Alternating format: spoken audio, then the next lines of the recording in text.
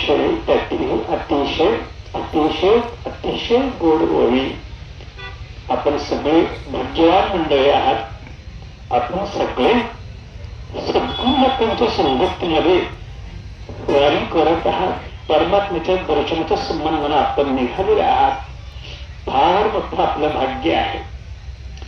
कारण लग्नाला कोणासोबत जावं, गावाला कोणासोबत जावं, नाटक बघायला कोणासोबत जावं, वारी कोणासोबत करावी, याला शास्त्र आहे. पांडुरंग परमात्म्याच्या दर्शनाच्या संबंधानं अनेकांच्या अंतःकरणामध्ये ओढ आहे. अनेकांना वाटतं पांडुरंग परमात्म्याचं दर्शन घ्यावं, पण या दर्शनाला जात असताना कोणासोबत जावं ह्या अनेकांना कळत नाही. पण आपण सगळी मंडळी एवढी भाग्यवान आहात. सद्गुरुनाथांच्या सहवासामध्ये आपण पंढरीनाथाच्या दर्शनाकरिता निघालेले आहात.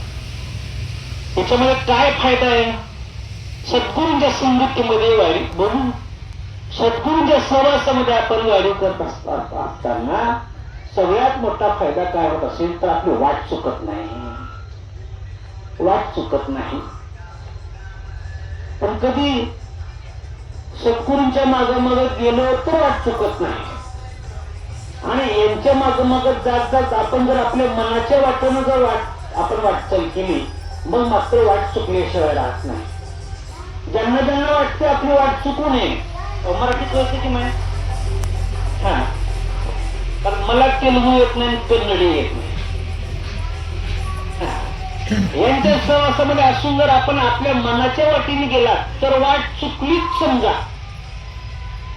आपली वाट चुकू नये असं वाटत असेल तर साधूंच्या सहवासामध्ये साधूंच्या माग आपण वाटचाल केली पाहिजे. तर आपल्याला जिथं जायचं तिथंच जातो. आणि सद्गुरूंच्या सहवासामध्ये आपण जर वाटचाल नाही केली तर जिथं जायचंय तिथं न जाता दुसरीकडेच जातो की जिथं आपलं वाटचाल होण्याची दाट शक्यता आहे.